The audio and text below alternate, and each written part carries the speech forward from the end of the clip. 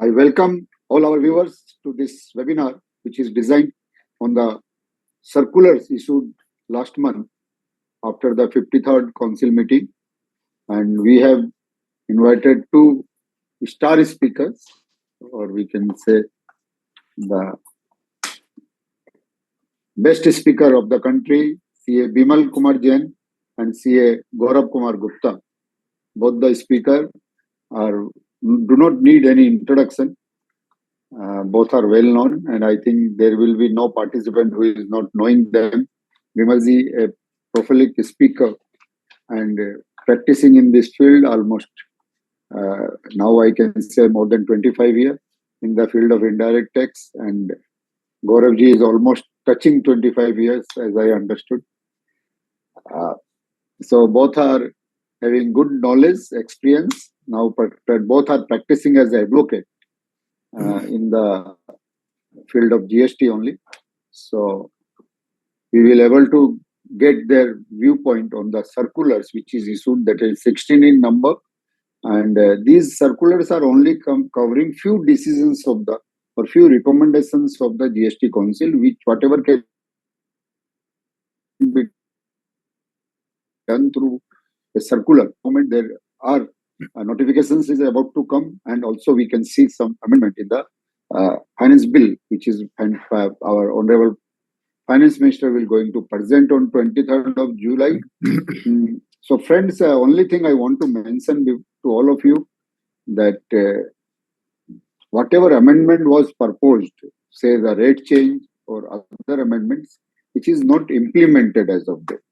So people should wait, and definitely when both the speakers are there, I first want to know what the course of action, little bit away from the topic, what is the course of actions is available for us for 16.4, because we are seeing the officer want to confirm the demand even on 16.4.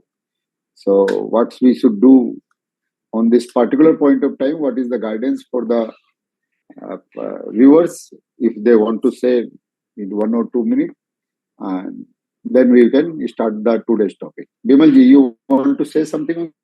See, my 16.4 as on date. My advice would be that even though officers are not agreeing because it is not the part of CGST Act, which is going to be through a finance bill to be presented on 23rd July, they must quote in their reply.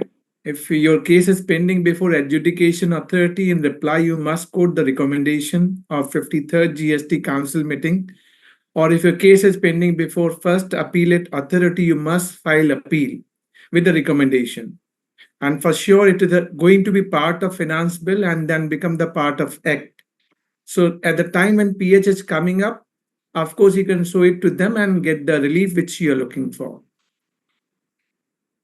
Bimalji, do you think that officer can pass an order? At the moment he should not, but you never know field formation. Sometimes what kind of mindset they are carrying. If the recommendation has come and quite obvious it is going to be part of the act, they must wait.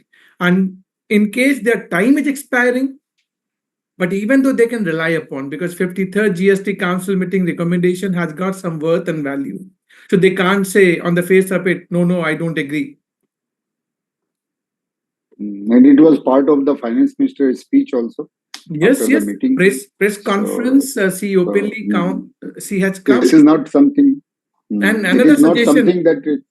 Please. Another suggestion, sir.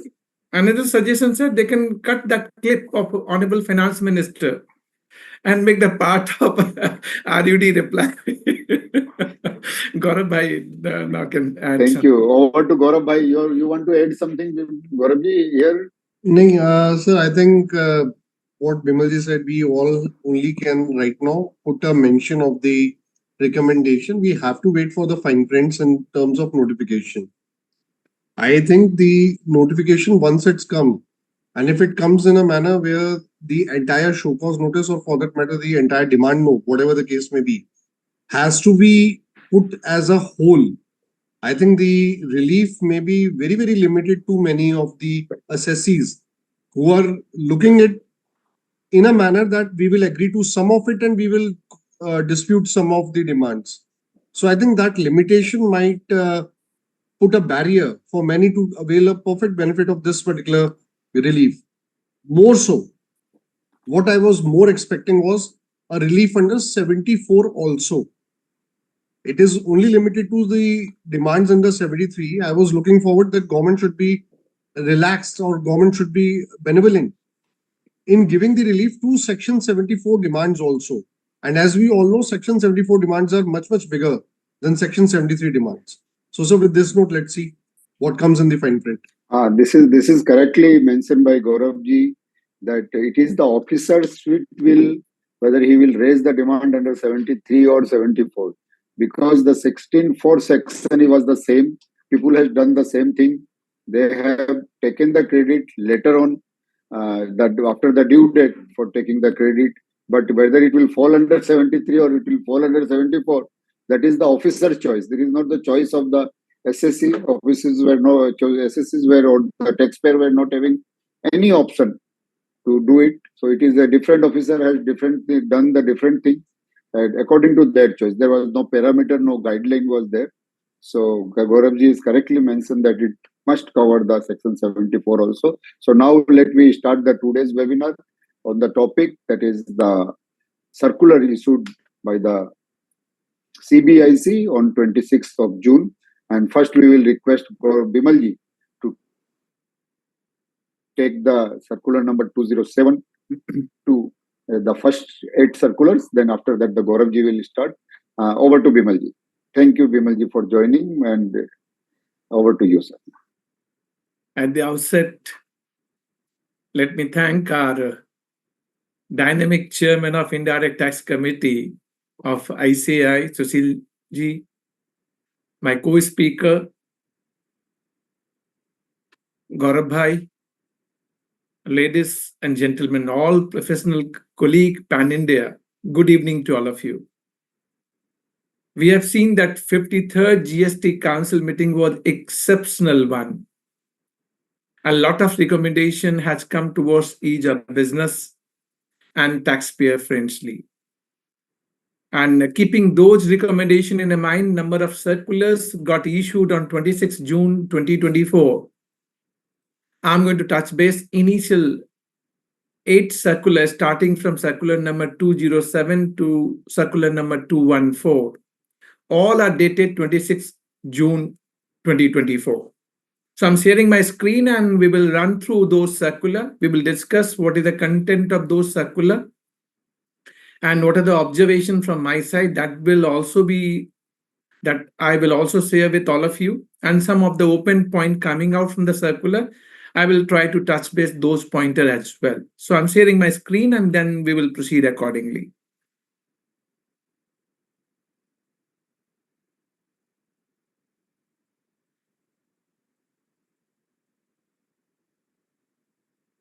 Hope my screen is visible. This PPT is coming in a background. Gaurav Bhai, is it coming proper? Yes, sir, it is visible, sir. Yes, Please. sir, totally visible. Okay. So let me start with the circular number 207, which is fixing monetary limit for not filing appeal, application or SLP by the GST department. So this circular is clarifying that they will not file appeal before GST-80 tribunal, which is yet to be formed, application before High Court, SLP before Supreme Court, and they are fixing a limit. And limit is 20 lakh rupees at GST-80 level, 1 crore at High Court level, and 2 crore at Supreme Court level. And this initiative they have taken in the context of national litigation policy. And they are saying in the circular, I'm just picking up the relevant para which is being there in the circular, optimizing the utilization of judicial resources and expediting the pending litigation. That is what they are quoting, and in that regard, they are fixing up this monetary limit. What further they are saying, this monetary limit going to be applied for the disputed tax amount, interest, penalty, late fees. Further, it is saying if there is composite order for more than one appeal or demand notices, then it will be total amount of tax, interest, penalty, or late fee involved is going to be considered. It is not as per the individual appeal, it is total amount. Having said that, you may be having a case that you're having a tax demand along with interest, with or without interest, penalty with or without penalty. Then they are saying they will consider while calculating this monetary limit aggregate amount of tax, which is CGST, SGST, UTGST, IGST, and compensation cess. So if demand persists to demand of tax plus interest plus penalty, they will look at the tax component. If it is only pertaining to interest, they will look at the amount of interest. If penalty, amount of penalty. If it is late fees, then it is late fees.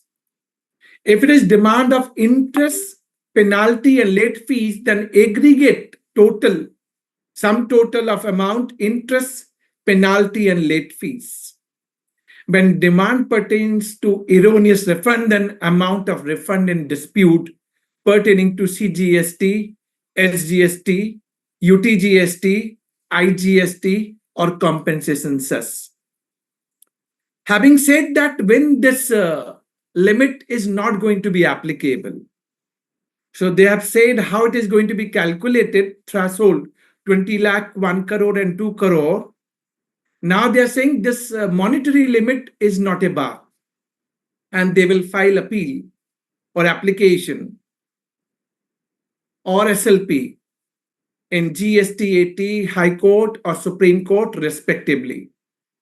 So when it is not going to be applicable, when any provision of the Act is held to be ultra vires to the Constitution of India, then they will not follow and they will file appeal, application, SLP, whatever case might be, at any forum starting from GST 80, High Court, or Supreme Court.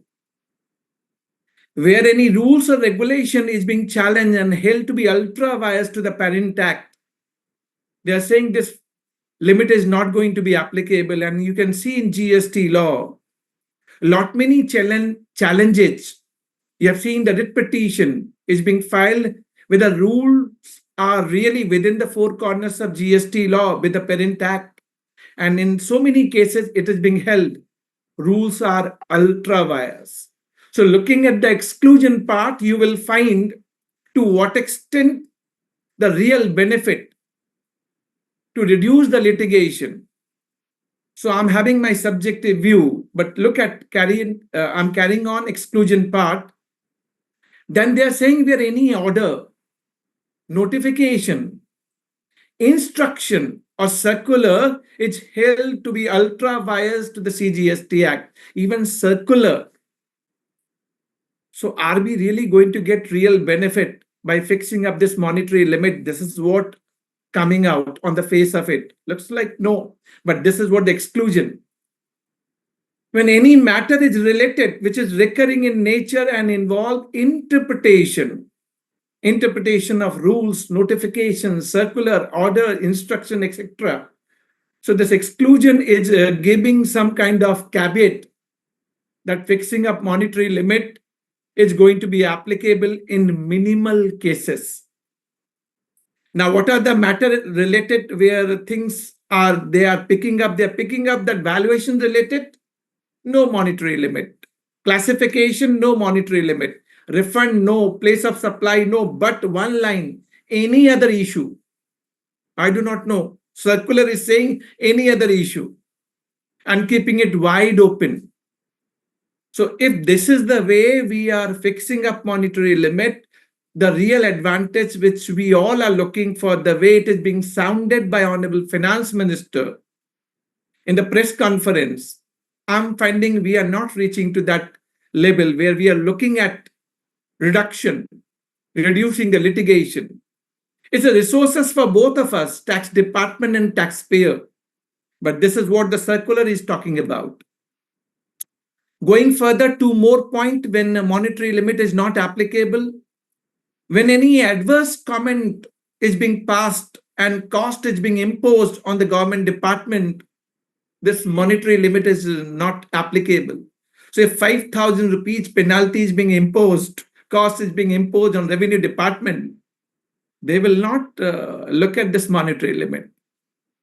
And the open line item, whenever we look at GST law, after going through the provision, the last line would be any other cases or class of cases.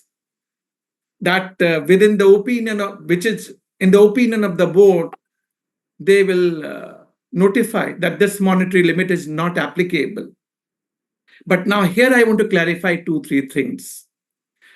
This monetary limit which is being fixed up, it is only for the department to file appeal or application or SLP.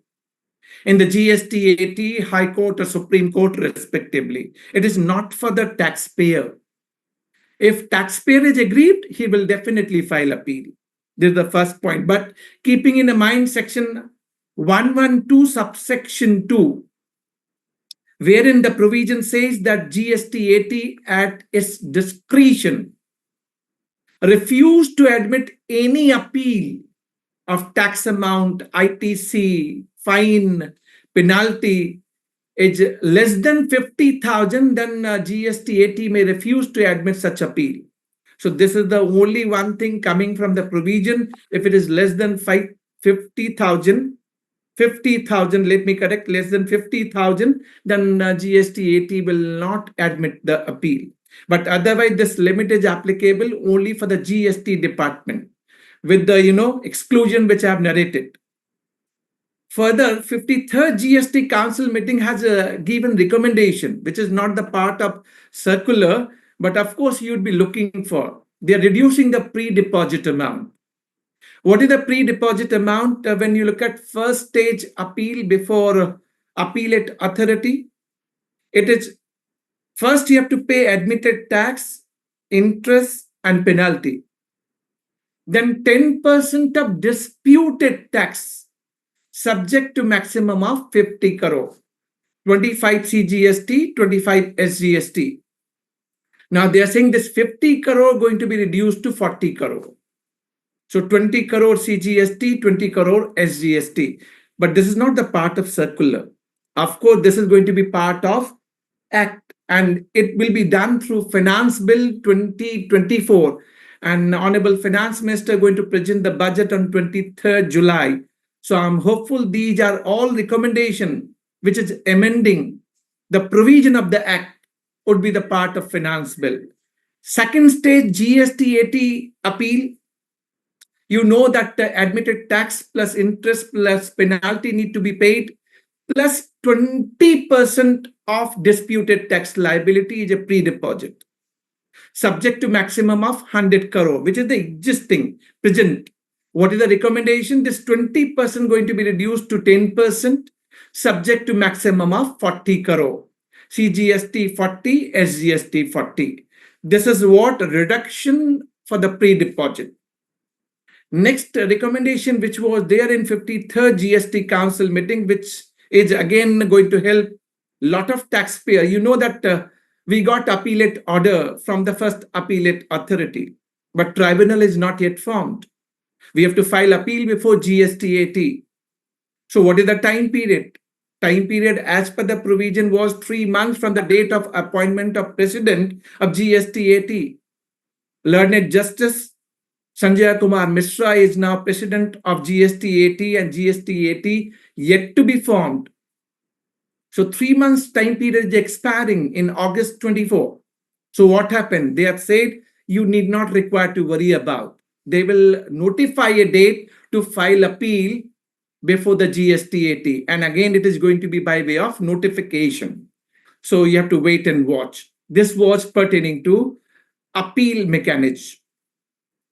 Having said that, circular number 208 there is special procedure for manufacturer of tobacco and pan masala and related product. And what is the special procedure? It is by notification number 4/2024 dated 5th of January 2024, but made applicable from 15th May 2024. So it is applicable only from 15th May.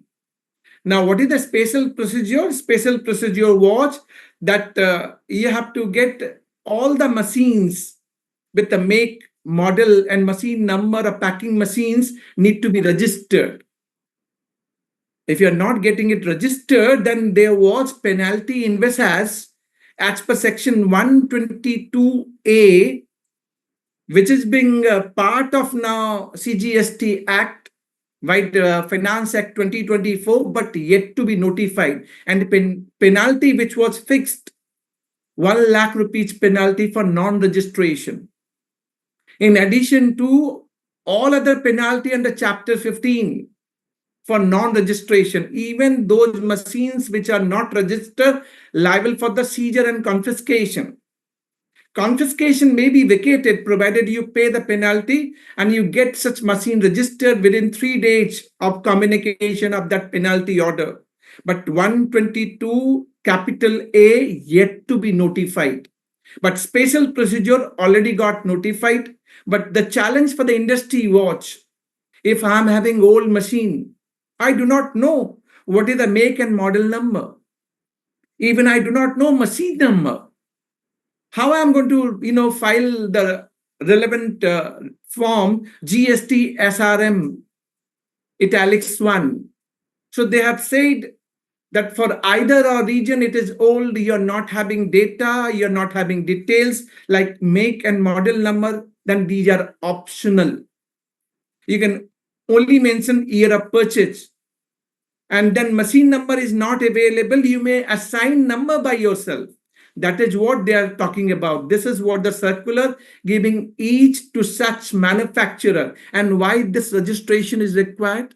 This particular industry, lot of tax evasion.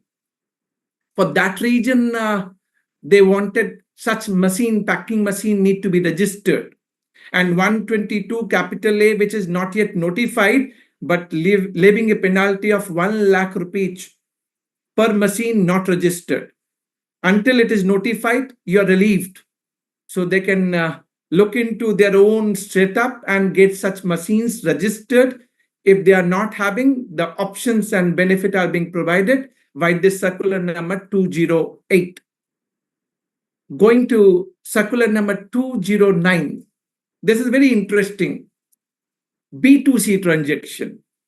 What would be the place of supply?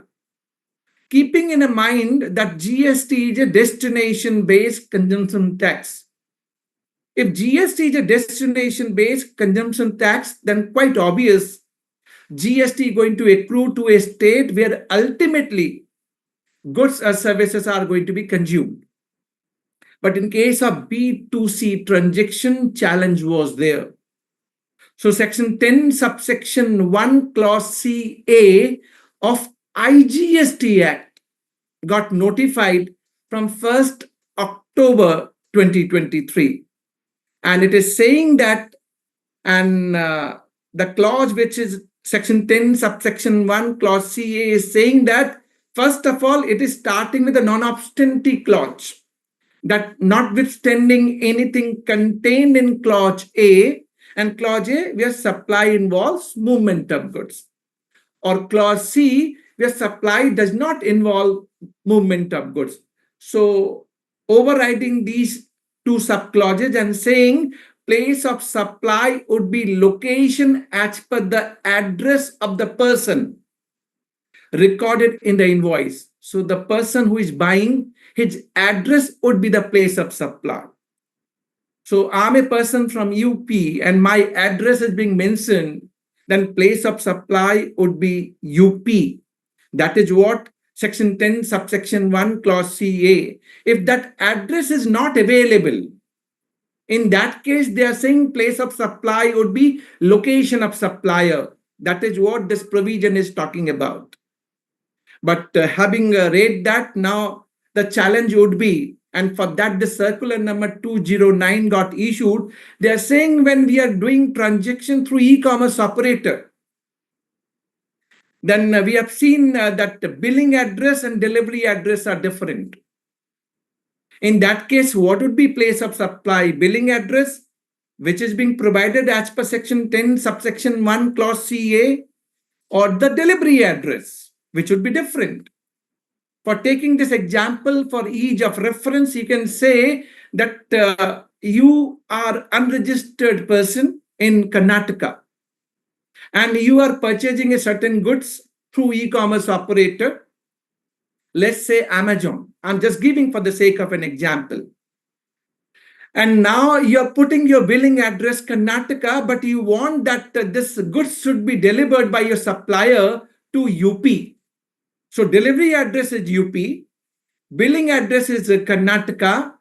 Then what would be place of supply and to which state the SGST component will go? Whether it is billing address Karnataka or delivery address UP. Circular saying delivery address going to be important. UP will get the SGST component. Of course, GST is a destination-based consumption tax, and that is what the provision. So where it is being consumed, that state must get the portion, and that is what the circular is certifying. But one important parameter here, which I would like to draw here.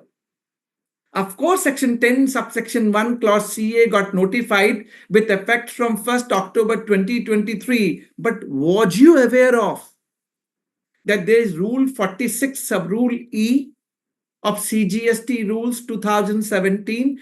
As per this rule, in case of B2C transaction, where supplier is registered and buyer is not registered, it is supplier's obligation. Suppliers need to capture name, address of the recipient along with the state name and code of that recipient on the invoice. If a value of taxable supply is more than 50,000 rupees. Rule 46 sub-rule E. So less than 50,000, they are not contradicting. But more than 50,000, they are putting obligation on a supplier to capture such details. Why? For simple reason that GST being destination-based consumption tax must accrue to the state. But section 10, subsection 1, clause CA is clearly saying billing address is a place of supply. Only when there's a difference, billing versus delivery address, when you are booking through e-commerce operator, then they are picking up POS as a delivery address. This is circular number 209. Having said that, the important circular number 210, and it is providing a clarification for the valuation of supply of import of services by a related person, where recipient is eligible for full ITC. And to understand this transaction, it is very much important for all of us to know that import of services by a person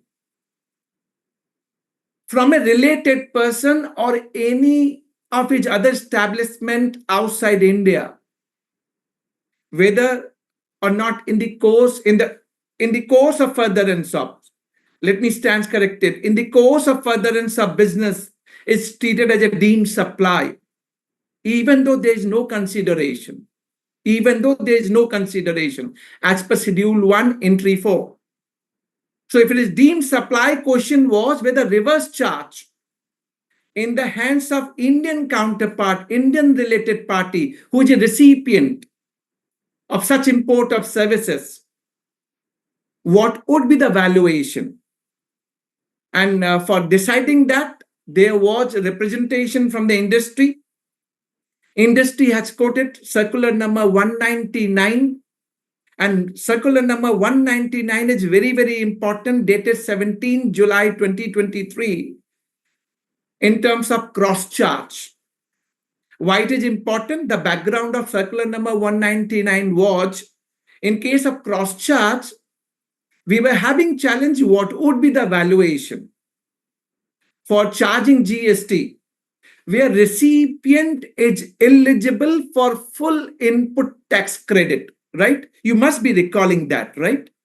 And that circular number 199 has clarified for the cross charge in terms of Rule 28, Sub-Rule 1, second proviso.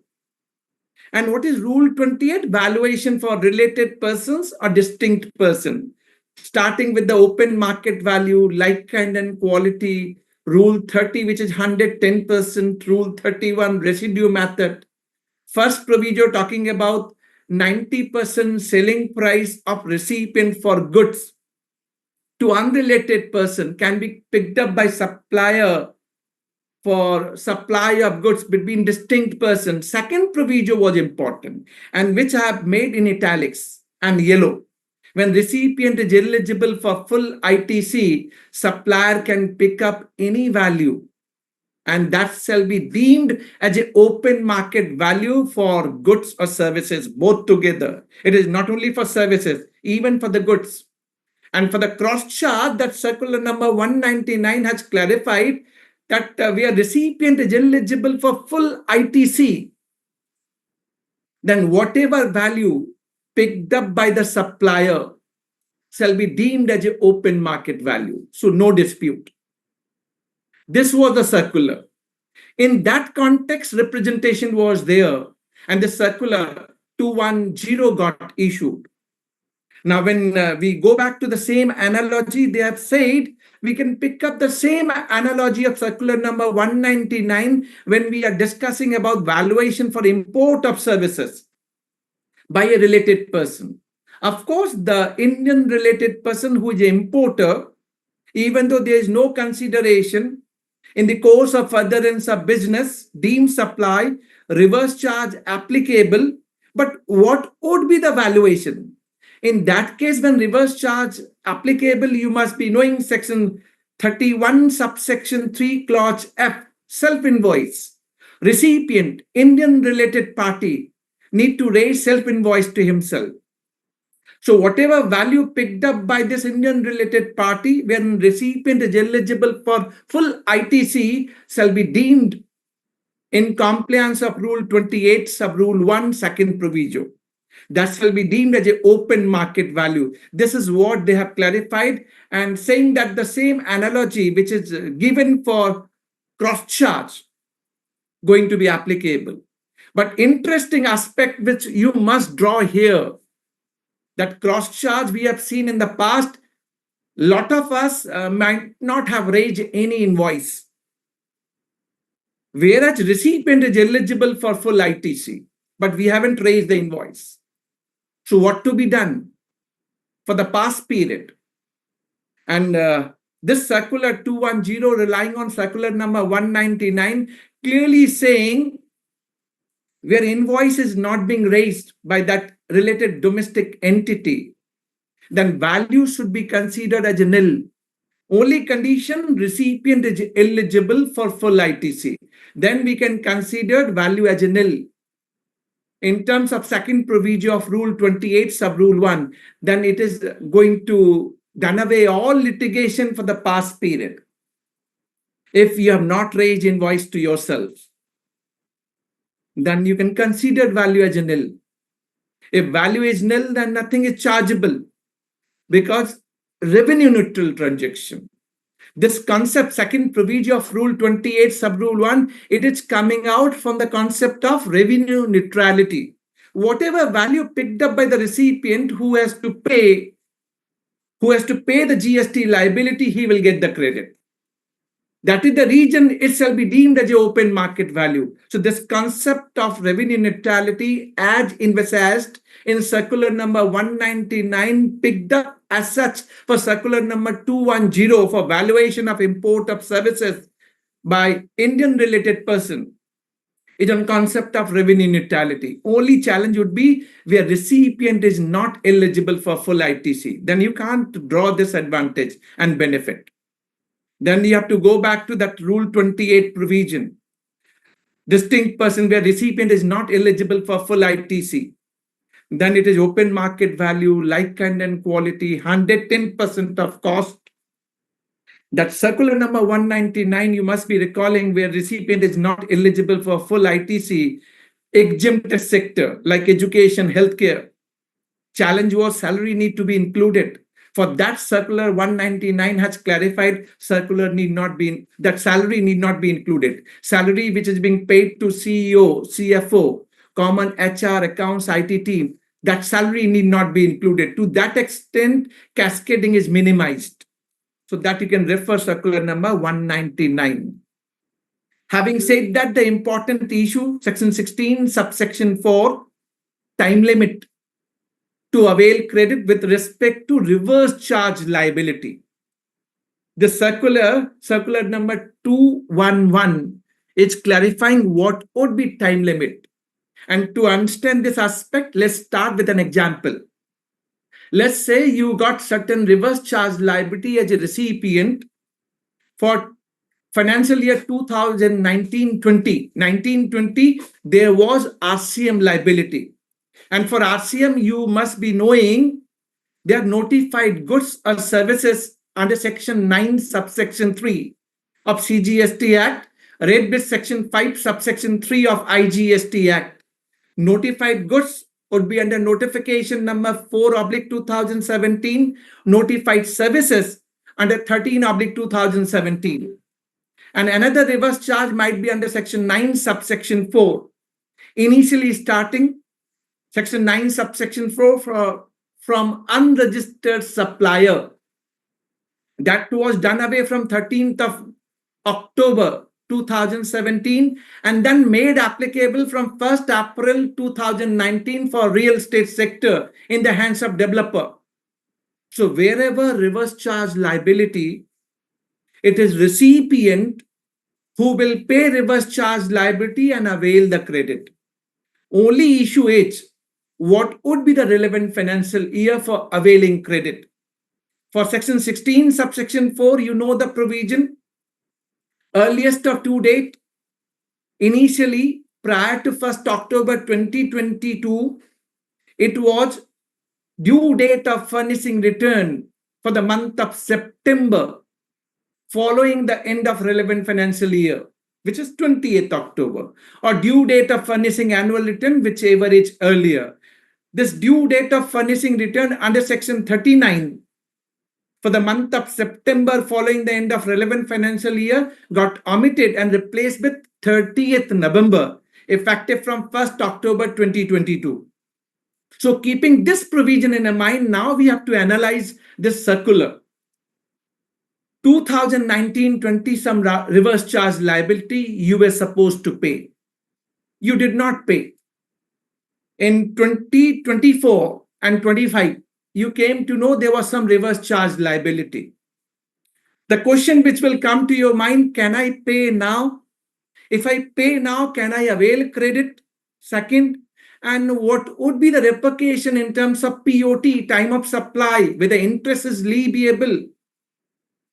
So to clarify this, the circular is saying, whenever you're procuring from unregistered supplier, please bear in your mind, unregistered supplier, then you as a recipient for all reverse charge liability, either under section 9 subsection 3 or section 9 subsection 4, and section 9 subsection 4 only for the real estate sector, effective from 1st April 2019, you need to raise self-invoice to yourself. Under section 31 subsection 3 clause F, you need to raise self-invoice. And that self-invoice is going to be the relevant document. Under section 16 subsection 2 clause A for availing credit. So your liability of 1920, you are raising self-invoice today, 9th of July 2024. Today's date would be considered as a relevant financial year to satisfy the criteria of time limit under section 16 subsection 4. So you have to look at today's dated self-invoice. Then relevant financial year would be 24-25 to satisfy the condition of section 16 subsection 4. Credit is available. But Rule 36, Sub-Rule 1, Clause B clearly saying, of course, self-invoice is the eligible document, but it is subject to payment. So you have to pay the RCM liability. Quite obvious, 1920 liability, if you are paying now, POT must have arisen a long time back. Then what happened? You need to pay along with interest. And for POT, time of supply under Section 13, subsection 3, earliest up to date of payment by the recipient or date following the end of 60 days from date of invoice. Then POT must have arisen. So you're paying now, you will pay along with interest. So RCM liability always paid in cash. Interest also paid in cash. RCM credit you can avail on self-invoice, but interest is a cost to you. And this circular is further saying that you were supposed to raise self-invoice for 1920, which you are raising now. There would be penalty under Section 122. But they are not saying under which subsection they are going to levy penalty. To my mind, Section 122, subsection 3, Clause E. And there the penalty for failure to issue invoice is 25,000 CGST, 25,000 SGST. That penalty going to be leviable. Having said that, there were two more important recommendations for which we started today's webinar, and our chairman was asking us what to be done. That for Section 16, subsection 4. Before I go to that one, let me close another part. If it is registered supplier and subject to RCM, can you follow the same provision which we have discussed with respect to unregistered person? You can't, because registered person must have raised the invoice. He must have filed the GSTR1 subject to RCM for 1920. You will not get the credit. It is only pertaining to unregistered person, one part. Second part, there was another important recommendation by GST Council that Section 16, subsection 4, time limit for initial 4 financial years, 17, 18, 18, 19, 19, 20, and 2021. If you have availed the credit in your GSTR 3B by 30th November 21, then you will get the credit. But for that, there is no circular. You might be expecting why there is no circular. Because it is going to be part of Act, CGST Act. Quite obvious, it is going to be through a finance bill and then amending Section 16, subsection 4. But here my observation, they are saying if you have availed the credit through GSTR 3B, then they are just, excluding those who have availed in 9 and 9C, not through 3B, or they have availed in their books of accounts, but in 3B they have not availed. What happened to them? And for Section 16, subsection 4, where dispute is happening, is it a matter of Section 73 or 74? To my mind, it's a matter of Section 73, because it is coming from my return only. If I have not availed within time, you're picking up from my return only. It can't be a case of fraud case. It can't be. But that is a different issue altogether. Another recommendation which I have suggested for cancelled dealer. If your registration got cancelled and for some reason you could not file your 3B and time period got expired, what you will do? So they are saying they are going to amend the provision. They are saying if you can file your return, those return which you could not file because of your cancellation, within 30 days from revocation order, for the period cancelled order till revocation order, then you will get the credit. But these are all going to be part of Act or through a notification. So wait and watch. Coming to the circular number 212, and this is very interesting one, credit note, post-supply discount or incentive. To understand this circular, let me give you the example so that we can understand what was the challenge, what is the clarification. I'm a supplier and you all are my buyer. I hope you all are listening to me.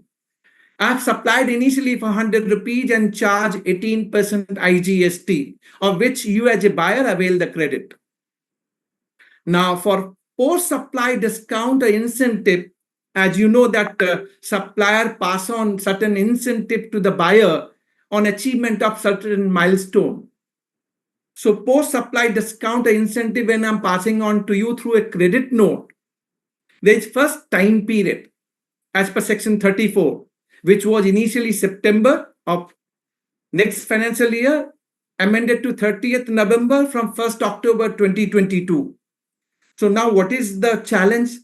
Challenge was whenever I'm issuing a credit note as a supplier, let's say I'm issuing a credit note for 10 rupees and charging 18% 1.8 rupees 1.80 paisa. As a supplier, I will get benefit that this tax component which is charged on a credit note, I will get adjustment with my output tax liability. So my output tax liability will get reduced to the extent of 1.8, subject to three conditions. What are three conditions?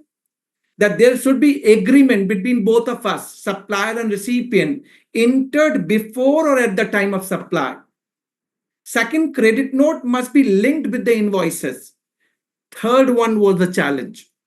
Yes, as a supplier, I'm getting adjustment of 1.8 with my output tax, but with a condition that my recipient, my buyer must reverse the credit. You must reverse the credit. But whether you have reversed the credit or not, there was no mechanism. And they have acknowledged this position in the circular. They're saying, yes, we are aware of. After 7 years, they are saying we are aware of. There's no mechanism on the portal whereby either supplier can cross-check or the even tax officer can cross-check that my recipient, my buyer has reversed credit to the extent of 1.8, of which supplier has taken adjustment with his output tax. So what they are saying, we are giving you the mechanism. If the tax component on credit note is exceeding 5 lakh rupees in a year, in a financial year, then as a supplier, I can take chartered accountant or cost accountant certificate of recipient. So CA or CMA can issue a certificate on behalf of recipient that recipient has reversed the credit and it is being given to the supplier. It is sufficient compliances of section 15, subsection 3, clause B, Roman 2. Sufficient. It is only in case when tax component on credit note is exceeding 5 lakh in a financial year. And that CA certificate must contain details about credit note, invoice, and must be having UDIN, unique document identification number. If it is less than 5 lakh rupees, I can, as a supplier, I can take certificate from my recipient only that you have reversed the credit. And that would be sufficient compliance. Advantage given here is that for the past period, if litigation is going on only on this point, whether recipient has reversed or not, you can follow this mechanism by circular number 212 and produce before adjudication authority or appellate authority to get the necessary relief. So this is a laudable one and good circular.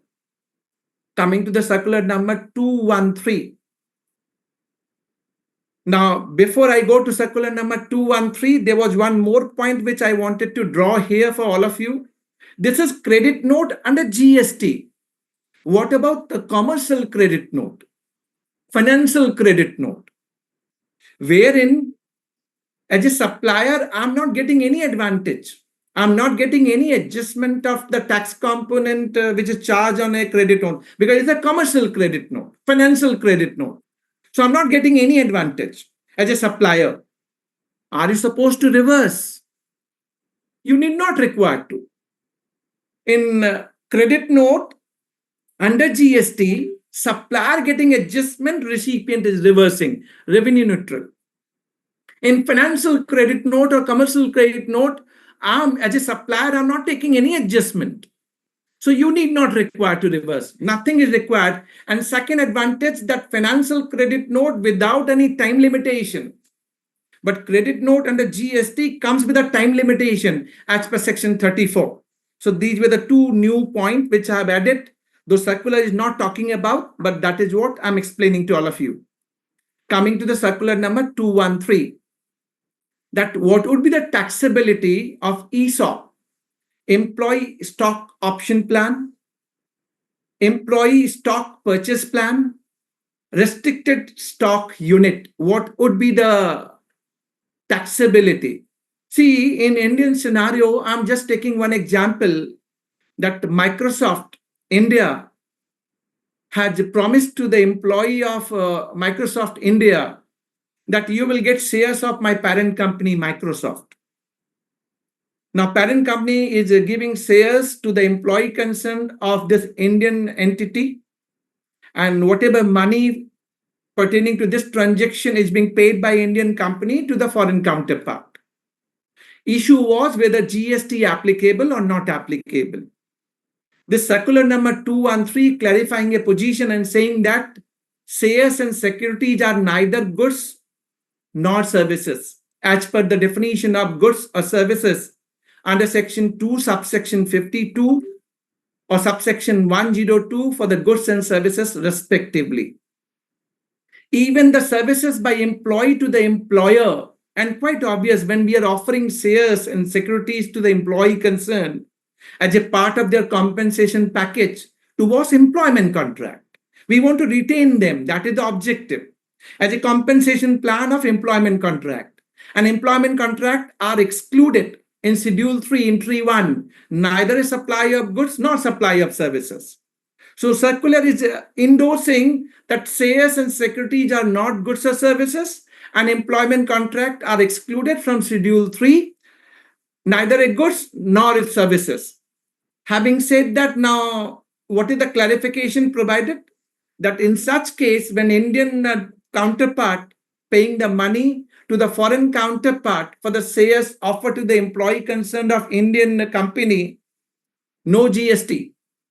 But if any extra money, some other amount which is being paid to the foreign counterpart, then on that GST going to be leviable. If it is cost to cost basis, no problem. If there is additional charges, then of course GST going to be leviable.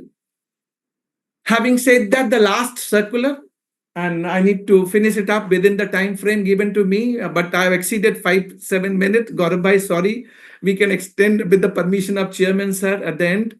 So last circular for me, whether reversal of ITC is required by a life insurance company, because their premium is having two components, one towards life insurance, another portion towards investment or saving.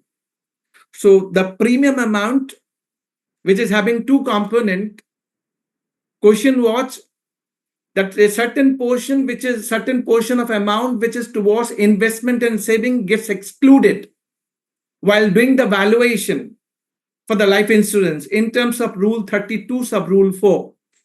So the amount which gets excluded, can it be considered as exempt? And if it is exempt, do we require to reverse ITC in the hands of life insurance company? This was the issue. And this circular is clarifying a position that the portion which get excluded from the valuation in terms of Rule 32 sub Rule 4, it is for the valuation sake. And that portion per se is not exempt supply. Exempt supply is being defined under Section 2 subsection 47, that it is fully exempted or nil rated or non-taxable. So it is neither a case of exempted, nil rated or non-taxable. It is only value excluded from the valuation purpose. Thereby, there is no reversal requirement of ITC in the hands of life insurance company, which is the portion which is not included in the taxable value for the chargeability of GST. This is what the circular number 214. Last 1.1 line. You must be waiting the important recommendation in 53rd GST Council meeting that no interest, no penalty for 3 financial year. That's not the part of circular, but you'd be expecting. Was there any circular that no interest, no penalty for 3 financial years, 17-18, 18-19, and 19-20, if paid by 31st March 25? And they are going to introduce new section 128 capital A. There will not be any interest or penalty. Demand notices only for section 73. non-fraud cases, excluding erroneous refund. So this particular recommendation is a good one. A lot of you are expecting. And as I said, this is going to be part of finance bill to my mind, amending the CGST Act, and then we will get the relief. This is what they are talking about. So there are a lot of other recommendation as well, but today we are focusing on circular. So thanking our chairman, GST Indirect Tax Committee, ICI, for giving me this opportunity to explain and deliberate on the circular 207 to 214. Now I'm handing over to my co-speaker, Gaurav Bhai. Thanks for listening. Thank you very much. Thank you, Vimalji. Many of the interesting topics have already been spoken. So I am now glad to start my deliberation. Respected Chairman, IDT Committee, ICI, CA Shri Sushil Goyalji, other respected members on dais, Vice Chairman in absentia. My dear friends, it is indeed a pleasure to speak on these particular 15 circulars. 7 circulars Bimal Bhai has already spoken. The content, I think this is after a very long time that we are getting some relief from the government. A lot of respite. It was like a big respite for many of the taxpayers in terms of ITC, in terms of the leviability or exigibility of GST on various topics. The relief in terms of levy, as we have discussed in the past circulars, a lot of relief has also come out for the insurance companies. I'll just share my screen.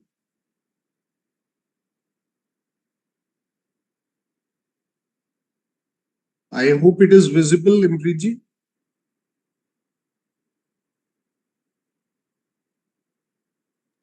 Yes, Gaurav Bhai, visible. Thank you, Bimal Bhai. So let me start from where Bimalji has left. 214 has been discussed. We will now discuss circular number 215, the taxability of salvage or wreckage in the context of motor vehicle insurance. Friends, what exactly happens is in many of the cases where you are taking cashless insurance for that matter, the repair company, the garage, is being paid by the insurance company directly.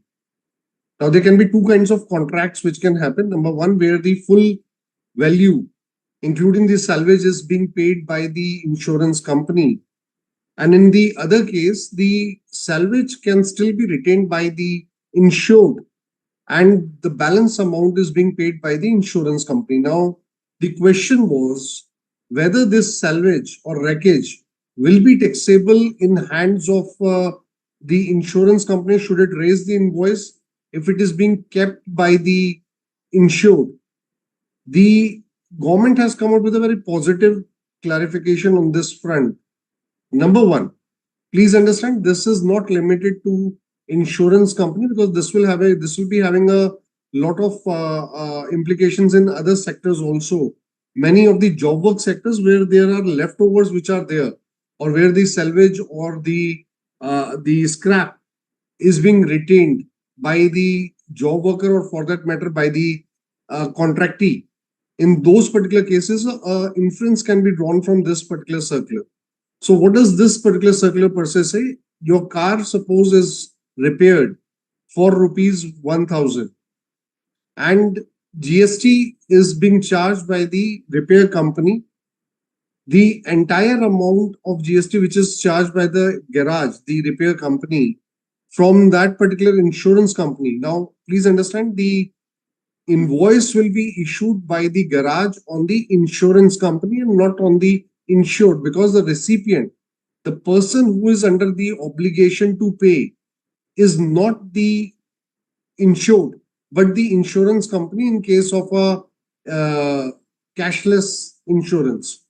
So in this particular case, the insurance company will receive full value of invoice from garage, will make full payment to the garage, and will also enjoy full input tax credit on that particular amount. Friends, two circulars, 215 and for that matter 217, I am taking together because they will go hand in hand in terms of, one is in terms of exigibility of GST, The other is in terms of the ITC to the insurance company. So in the first case, when 100 rupees full value of invoice is raised by the garage on the insurance company will keep number one, the salvage, the wreckage with it. Number two, it can take the input tax credit of the entire 100 rupees of the invoice which the garage has raised, and the insured is not charged of any kind of taxes anywhere.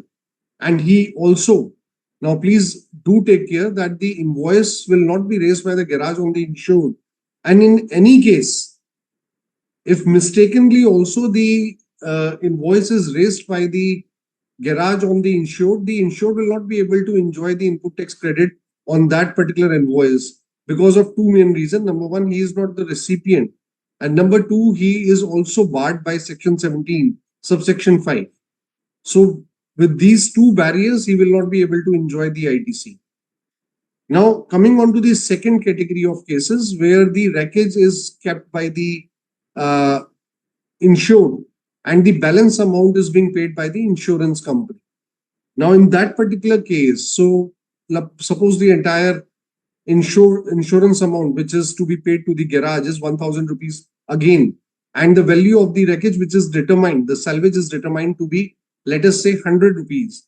So 900 rupees will be paid by the insurance company to the garage, and 100 rupees will be paid by the insured to the garage. Now, this is another kind of cashless where the terms of the contract will allow the insurance company to subtract the value of the salvage while making payment of the insurance claim. So that particular insurance claim is limited to 900. Parallelly, now please understand the complexity here in terms of input tax credit. The garage is supposed to raise the invoice of 900 on the insurance company and of 100 to the insured. And the company, the garage company, sorry, the insurance company will be available, can take the input tax credit to the extent of rupees 900. In cases where the garage will raise the entire 1,000 on the insurance company, even in those particular cases, the insurance company will also be limiting its input tax credit to 900 rupees, which is the amount which is paid or borne by the insurance company to the garage. Now, another question which comes up is in the first category of cases, when the salvage is being retained by the or deducted by the insurance company, will that be added to the value of supply to the insurance company? The answer is negative. It will not be added to that particular value. And my dear friends, please also note that whenever that insurance company will sell that particular salvage, it will be required to pay the GST as applicable thereon. And so will be the case where the salvage or wreckage is being retained by the insured. So extending this particular concept further, we can extend this particular to the various job work cases. In case of, let us say, a cardboard manufacturing where the base is being provided by the contractee to the contractor, the entire amount of job work is one thing which will be exigible to GST. So, for example, for making a carton, every carton, it is 5 rupee is being charged by the contractor from the contractee. That 5 rupees will be exigible to GST, number one. Number two, the entire cardboard waste, if it is being kept by the contractor who is the job worker, then in that particular case, that particular amount will also need to be invoiced to the contractee. Now, this is the example where it was being confused vis-a-vis the insurance company. In those particular cases, I understand many of the friends are still not invoicing. Kindly please look into those job work cases, because wherever there is a job work salvage or scrap which is being retained by the job worker, that particular amount is the property of the contractee and not the job worker. And once that particular amount is, or that particular salvage is retained, the principal should raise a invoice of that particular scrap on the job worker, and parallelly the job worker should add up that particular value in his job work. So let me put it in some numbers.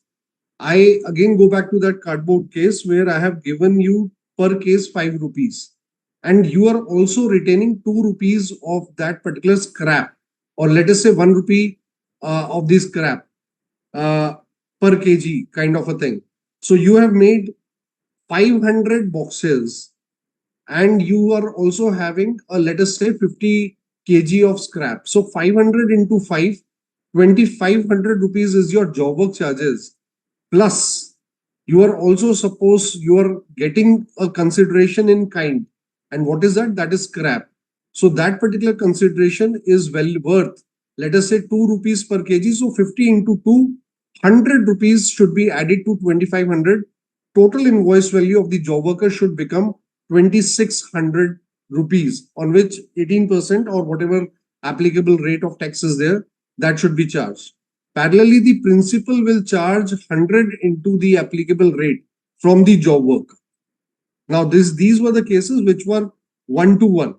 In case of insurance company, the situation becomes a tripartite, because here the contractor is the garage, the salvage belongs to the insured, and it is only the terms between the insured and the insurance company from the very insurance document which determines salvage has to be kept by the insured or by the insurance company.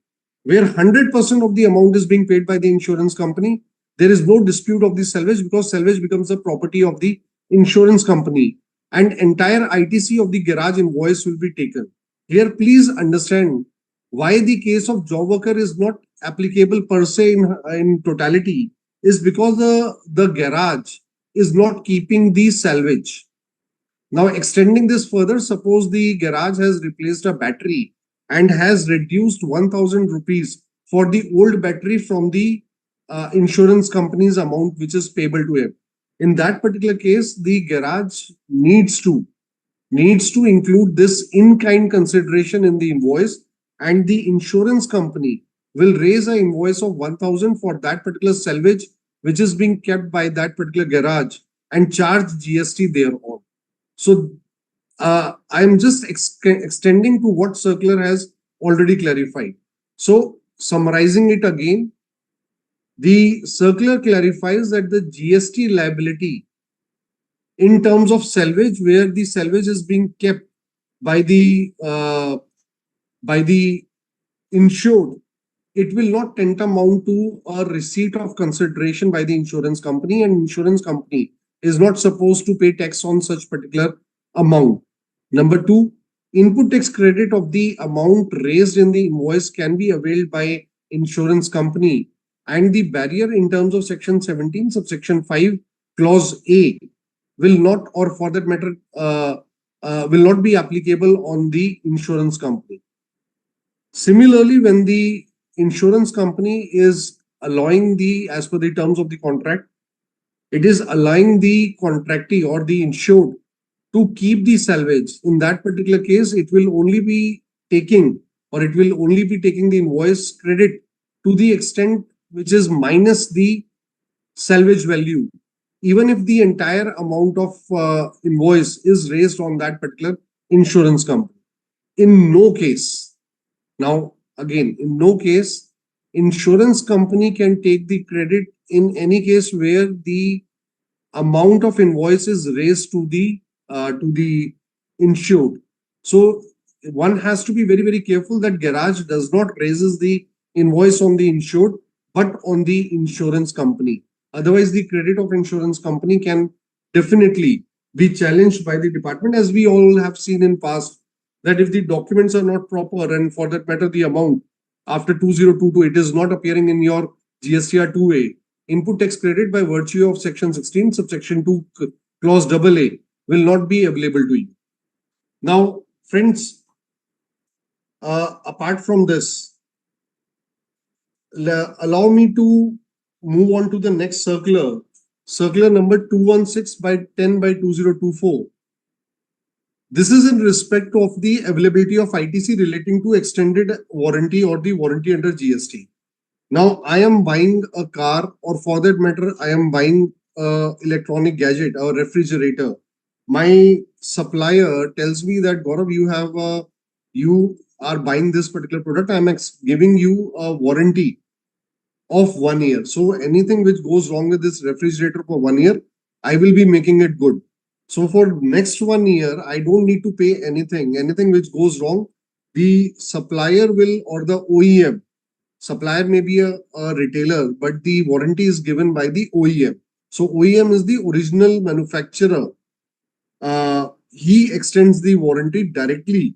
Now, please also note, he can give it directly or through his network of service centers, which can be his own or can also be on the basis of third party outsourcing. Now, in these particular cases, if I am getting that particular warranty, I am not paying anything. The compressor of the refrigerator, it is damaged or it does not work after, let's say, 6 months. Now the company, the refrigerator company, comes and replaces the compressor. Now, my dear friends, in this particular case, the old compressor is being taken back and it is I think repairable.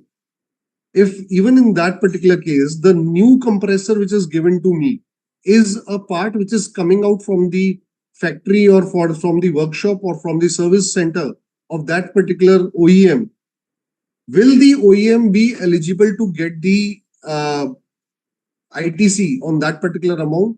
Because the question is that in that particular case, you are not getting any consideration, but you are giving a part to a customer. So it is without any consideration. So will the ITC be available in respect of that compressor to the OEM? The answer is yes. The answer is yes. It was clarified earlier also by circular number 195 by 07 by 2023 that that particular ITC will be available. The question which was extended by the trade was twofold. Number one, will the extended warranty also enjoy the same benefit? Number two, will the third party service centers will also, in those particular cases, also ITC will be available? Let us take these particular cases one by one. So first case, very simple. Any warranty parts replaced by the OEM, the manufacturer will be able to enjoy the input tax credit in that particular regard. Number two, in case of extended warranty by the OEM, the first question is, will the extended warranty, will it be exigible to GST separately? My dear sir, since it is a separate supply, it is not a composite supply bundled in the original package. It's a separate supply. Now, this can be given at a later stage also at the time of supply of the goods also. So let us take both the example. The first example, you go to purchase a car, a vehicle. So along with the vehicle, they say 3 years of warranty is included. Anything goes bad with the vehicle, we will make good. But sir, we are also offering you 2 years of extended warranty. Now there is a charge of 28,000 rupees in that price sheet, and they said for 28,000 you will get you're already getting 3 years of warranty. We give you 2 more years of warranty. Now these 2 years are not a part of the composite package of car, and it is a separate service. So the company is required to charge GST separately on this. It is a kind of an AMC. Second example of similar extended warranties, I have bought the refrigerator after 9 months of purchase. My total warranty was for 1 year. After 9 months of purchase, I get a call from the company that, sir, we can extend your warranty on a meager payment of, let us say, 5,000 rupees for another 1 year. So will you like to take it? Now, this is again a new offering to me, a separate offering to me from my original. So this will not be exigible as part of the sale of the refrigerator. It will command its own distinct identity and will be taxable as a AMC or a repair service separately and will be exigible to that particular tax and not the tax of the original goods.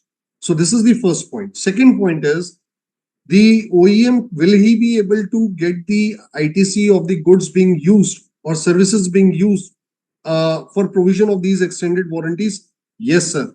Why these clarifications were required? Because the original circular uh, did not use the word parts and goods.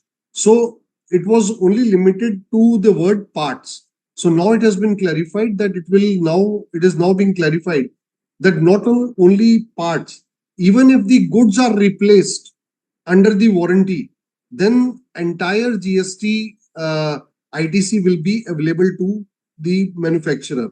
Second, again, angle to that, will any GST be applicable on such particular replacement of goods? No, sir. There will not be any GST implication or GST exigibility or liability on supply of such replacement of goods under the contract. So, my dear friends, please take note of the fact that input tax credit has been read in a very wide manner in case of warranty and guarantee. The later replacements are not free. The later replacements are not gifts. The later replacements are already included by the manufacturer in the original cost. And therefore, once a price has been taken for supply of a particular service, then in those particular cases, the input tax credit of services or goods which are supplied even at a later stage is available to the supplier. There can be other categories of post supply. Now, this is what I called a post supply uh, uh, supply of post sale. Sorry, let's because I can't use the word post supply. Post sale supply of goods or services to my customer. Once I have made a supply of goods, I am entitled to extend goods and services to him. So, for example, my call center support to the customer even after the sale, or for that matter, the AMC, or for that matter, the if you in case of air conditioning, you must have heard that there are now some services which are given free, servicing of air conditioner after the sale of air conditioner. In all these cases, this circular will be a great help. It will allow the input tax credit of all these post sale supply of goods and services input tax credit to the manufacturer, or for that matter, the supplier. So a very widely worded, very widely uh, relaxation which is being provided to the industry. Now, there is also one insertion in the circular which says there may be cases where distributor replaces the goods or its parts to the customer under warranty by using his stock, and this then raises a requisition to the manufacturer for goods, as the case may be. The manufacturer then provides the said goods or the parts to the distributor through a delivery challan. Please mind the words, through a delivery challan, without separately charging any consideration at the time of such replenishment. In such cases, no GST is payable on such replenishment of goods or services or parts, as the case may be. Further, no reversal of ITC is required to be made by the manufacturer in respect of goods or parts, as the case may be, so replenished to the distributor. Now, the distributor has given a goods which is free of cost to the customer, and this is being replenished by the supplier to the distributor. One way of looking at this particular transaction is there is a supply in the first go by the distributor to the manufacturer, not to the customer, to the manufacturer, delivery to the customer. Because on the instruction or on the instance of the manufacturer, I am giving these particular goods to a third party, which is the customer of the OEM. In these particular cases, if you look at this as a first supply, then the supply of the goods by the company to the OEM becomes the alternate supply or the second supply or a subsequent supply. So he will take the input tax credit of the subsequent supply and will need to pay the taxes on the first supply. Now, this was actually, I would say, a wrong thought process, which is now rectified by the circular. There is no taxability per se. The company will supply the replenished goods to the distributor who has given or replaced the goods for the to the customer on a delivery challan. So there will be no tax invoice, no taxes charged, but the company will be able to enjoy the input tax credit on the goods or services used in making those particular goods which are used for replacement. So, my dear friends, I hope this particular warranty, extended warranty, and through distributor warranty is almost clear to everyone. So, repair of car, I have already discussed. One last thing which was left in this is non-network garages.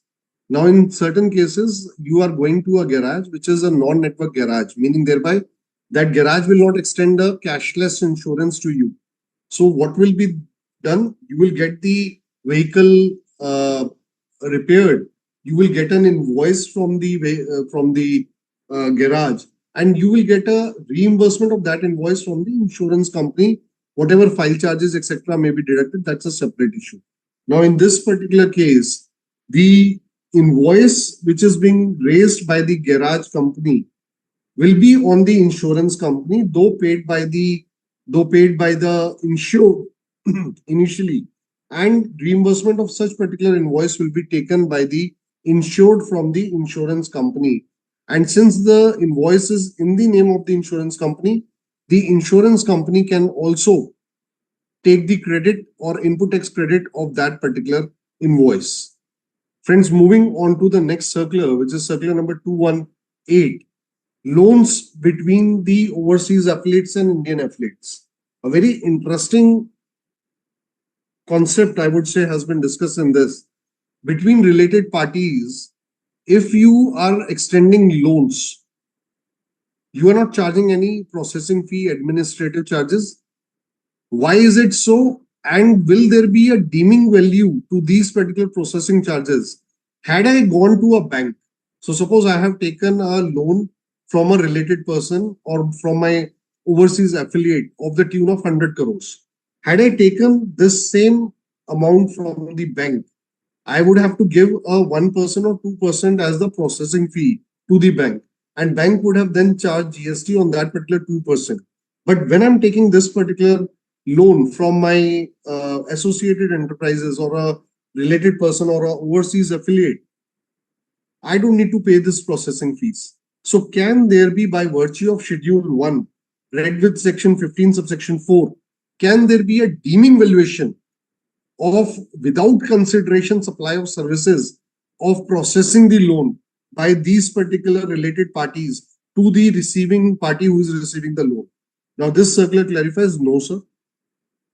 Actually, the charges which are being taken by the bank or other lenders and which is not taken by the related party or the associated affiliates is on account that those particular third parties need to do a credit check, or for that matter, they need to make a processing of that particular loan where they need to understand your credentials, your how you will pay that particular amount, or what are the securities, how much security is worth it. So there is a lot of homework which goes before a loan is being extended by a third party to this recipient.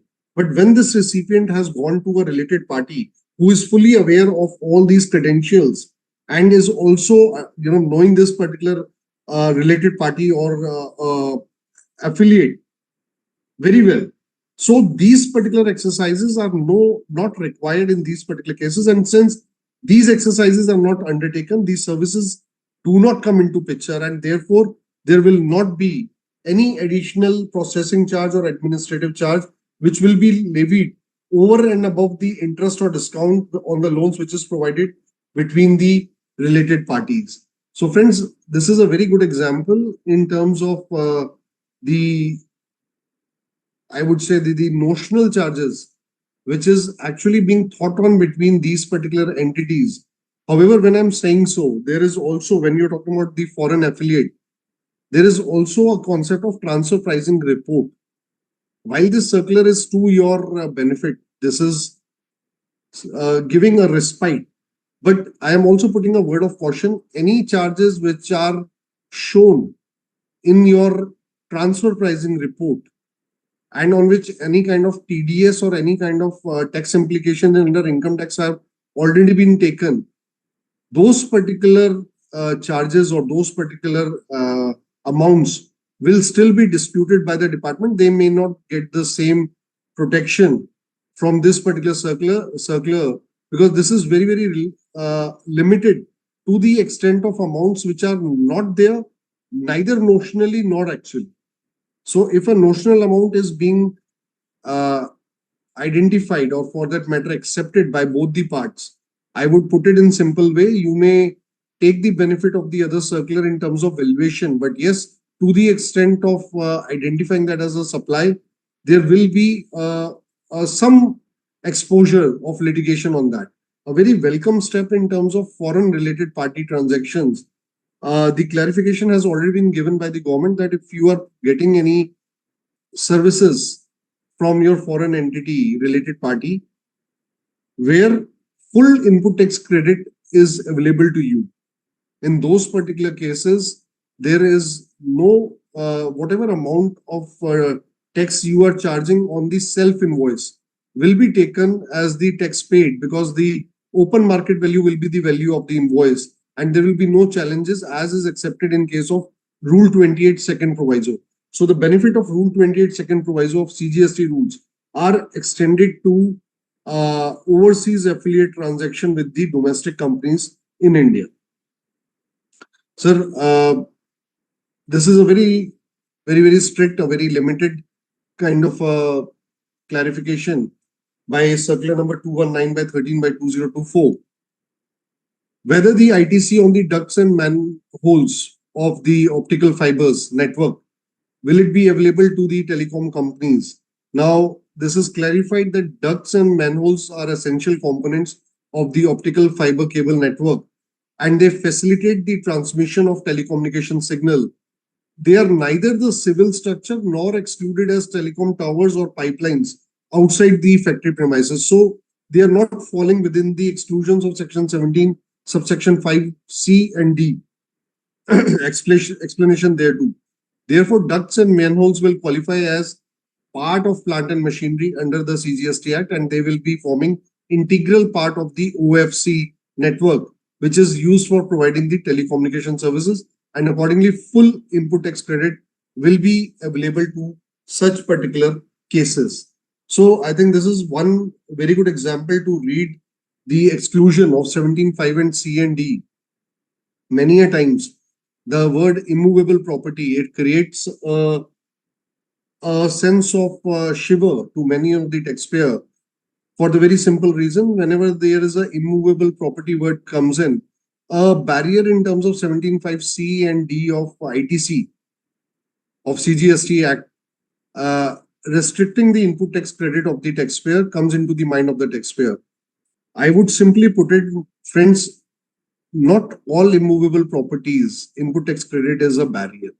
It is only in those cases where the where the goods or services are used for the construction of the immovable property. If you read the word construction, out of the 14 words which has been used in the definition of works contract under section 2 subsection 119 of the CGST Act, the legislature was very kind in choosing only one word and putting it into the restriction under section 17 subsection 5 clause C and D. And therefore all other activities which are relating to immovable property are not being taken. Now, when the word construction has been taken, it is also expanded by the explanation to section 17.5 C and D. But having said so, the main idea behind this was any brick, mortar, or for that matter civil structure work, or very specifically telecommunication tower or pipelines, should only be limited in terms of disalliance. The circular also says it very clearly. If you read the wordings, they are neither civil structure nor excluded as telecom tower or pipeline outside the factory premises, and they are very integral part of the plant and machinery which is used for providing telecommunication services. So in these particular words, they can be used to address many immovable properties. So for example, I will take the example of the air conditioning, the central heating and air conditioning system. One can very well say that the entire plant or the entire air conditioner which has been installed in a big office, or for that matter any hospitality hotel or similar units, it is neither a civil structure nor excluded as a telecom tower nor is a pipeline, and then it's being used in the provision of taxable output services and therefore input tax credit of the entire central heating and air conditioning system should be available. And so on and so forth for many other items, including solar power generating system and likewise. So I hope this one circular will be very, very useful for many of the persons who are having heavy plant and machinery or other items where there is a apprehension of 17.5 C and D disallowances. Friends, place of supply in case of custodial services to foreign portfolio investor. Circular number 220/14. I think another 5 minutes I'll close. This being the last circular. Now, concerns why it was raised. 13.8. Now, 13.8 has always been read with the word intermediary, but many of us miss that there is also a mention of banking company. So, services of a banking company to its accounts holder is covered under place of supply under section 13, subsection 8, clause A of IGST Act. Now, this is a very limited application. If you are not the account holder or the supplier is not a banking company or NBFC, the application of 13.8A will not come. So same was the case when custodial service concern was raised, that custodial services to the FPIs, will it be falling within the ambit of 13.8A, and the place of supply shall be the location of the service provider, which is in India. So it will not tantamount to export and they will have to pay GST on that. Now the government referred back to, and this is one of the very, I would say, a very clear example. Many of my friends have not read Education Guide dated 28th of June 2012. I am correct in the year which I am mentioning, sir. Education Guide, which was released dated 28th of June 2012, not 17, because it was released when the negative list was introduced in service tax. When the concept that all services are taxable other than those specified in negative list was introduced in that particular year from 1st of July 2012, this particular education guide was released on 28th of June 2012. And my dear friends, I can bet upon it, many of the concepts which were laid down and very beautifully written in this particular guide at that particular time is still applicable today in GST as well. So borrowing one of the instances from para 5.9.4, government itself from that particular education guide, it referred that, see, these particular services, custodial services, do not fall within the services provided to the account holder. And since they are not services provided to an account holder, they will not be falling prey to section 13, subsection 8, where the custodial service supplier, which may be a bank or for that matter the NBFC, who is located in India, it will not, the place of supply will not be the location of supplier, it will be the location of recipient, which is determined by section 13, subsection 2 of the IGST Act.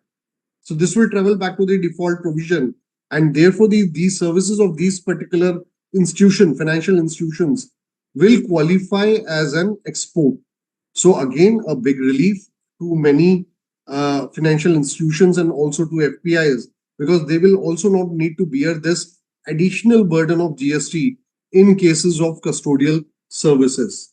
I think with this, I think I can leave this one. Time of supply for spectrum and ham. Looking into the paucity of time, we are left with 20 minutes. I think we also have to go with the question and answers. So with the permission of chair, I would like to skip these two limited applicable circulars and would like to now request for taking up the question and answers. Impriji, can we start?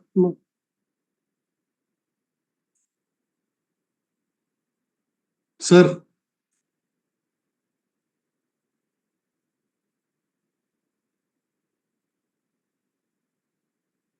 Sushil sir, you're on mute. Gauravji, can you see the question on your screen, or should I read it for you. No. So we'll do one thing.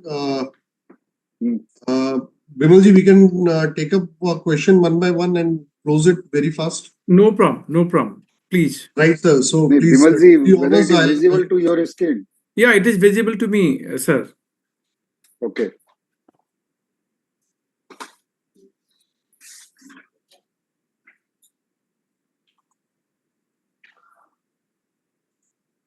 sir, should we start? Yes, yes, Gaurav. Yeah. So let me take the first question, sir. N. Sankar G. Mr. N. Sankar from Navi Mumbai. What happens if the supplier who has been paid by the taxpayer does not file GSTR 1 and cancel the GSTN and vanish? I think this is one favorite question throughout the country. That what will happen to my fate when I have taken an invoice? My dear friend, the only thing which you are looking forward to is the action of the supplier. What I am more focused is on the action of the buyer.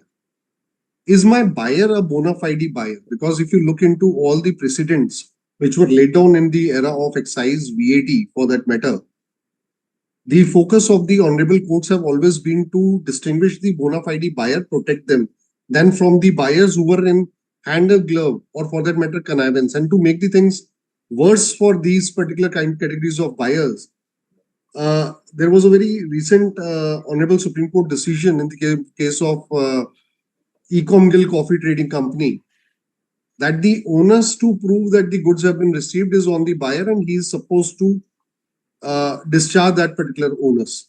Now, Section 16(1) is a very widely worded ambit section which allows credit of all kinds being used in the course and furtherance of business. But then comes the biggest barrier, 16(2), which has now five sub-clauses, which were earlier four. 16(2) A, B, C, D. You should be in possession of a tax invoice. Number 2, you should be in receipt of the goods or services. Number 3, the supplier has paid the taxes, and number 4, you have filed your return under Section 39. So if these main conditions are fulfilled, the buyer can definitely say that, see, these were the conditions which were applicable to me. I fulfill them, and therefore I am eligible for the credit. The 4 points should establish in terms of number 1 that the conditions have been fulfilled in entirety. So one can say, sir, how would I know that the supplier has paid the taxes? My dear friend, the person has no mechanism. The buyer does not have any mechanism to know whether the taxes has been paid or not. However, having said so, he did have a mechanism to check 2 things. Number 1, 2A, has it been filed, and the supply, is it being shown? Number 2, has 3B been filed by the supplier? If these 2 things are in place, then the bona fide is completed. So the second part, apart from the conditions, prove your bona fide that you are not in connivance with the supplier. If you look into the wordings of Honorable Delhi High Court decision, very celebrated, Arise India. It was all Arise India, Quest Mercantile, Girulal Balchan, KK Industries, all of them have one unique thing, and more particularly when I speak about Arise and Quest, your bona fide will save you a lot. So conditions plus your bona fide, there should not be a statement on record from any of the persons, including your transporter or from your supplier, that no goods were supplied. The more things which are available with the department against you, it becomes a heavier responsibility to prove otherwise. Also, just to let you know, the e-way bill, when it contains the vehicle number, will it be our duty to check? No, sir, it is not our duty to check. But please, again, I'm saying your belief or your understanding, if you have actually received the goods, you can or you will be in a position to give an affidavit before any court that these particular goods were received. But in case it is not the case, then my dear friend, it will be a very risky proposition to extend such particular affidavits before these particular honorable courts. So with these words, I put my discussion to rest. Vimalji. Yeah. See, I'm picking up the Because next it is- question. Yeah. Bimal sir, you want to add something here, because it is very important and all the member must be looking for answer to this particular situation. Sir, my observation and addition would be what Gaurav Bhai has said. Of course, this is a pan-India problem. No doubt about it. You have purchased from a supplier and supplier is banished today. He did not file GST R1. But only thing what we have to ensure, and which is important for all of us to understand, first of all, in the hands of recipient, burden to prove as per section 155 is recipient to substantiate. So burden of proof lies on recipient. What recipient would be doing, I'm not repeating because Gaurabji has clearly said section 16 subsection 2 condition need to be met. Initially we started with a 4 condition. And if he has not filed 1, let's assume, and but has filed 3B, let's take this hypothetical example, 3B filed, and 3B filed with the credit which is flowing from the preceding supplier, and that might not have paid the taxes. There may be lot many examples which can be created, but for me as a recipient, I will look at the compliances of my immediate supplier, because beyond that I can't see on portal. If my immediate supplier has not filed 1 but has filed 3B, maybe with ineligible credit, which I do not know, in the preceding supply chain, I can always say 2A is not determining factor. Of course, from 1st January 2022, 2V is important for all of us. So this is the one thing which we can pick up.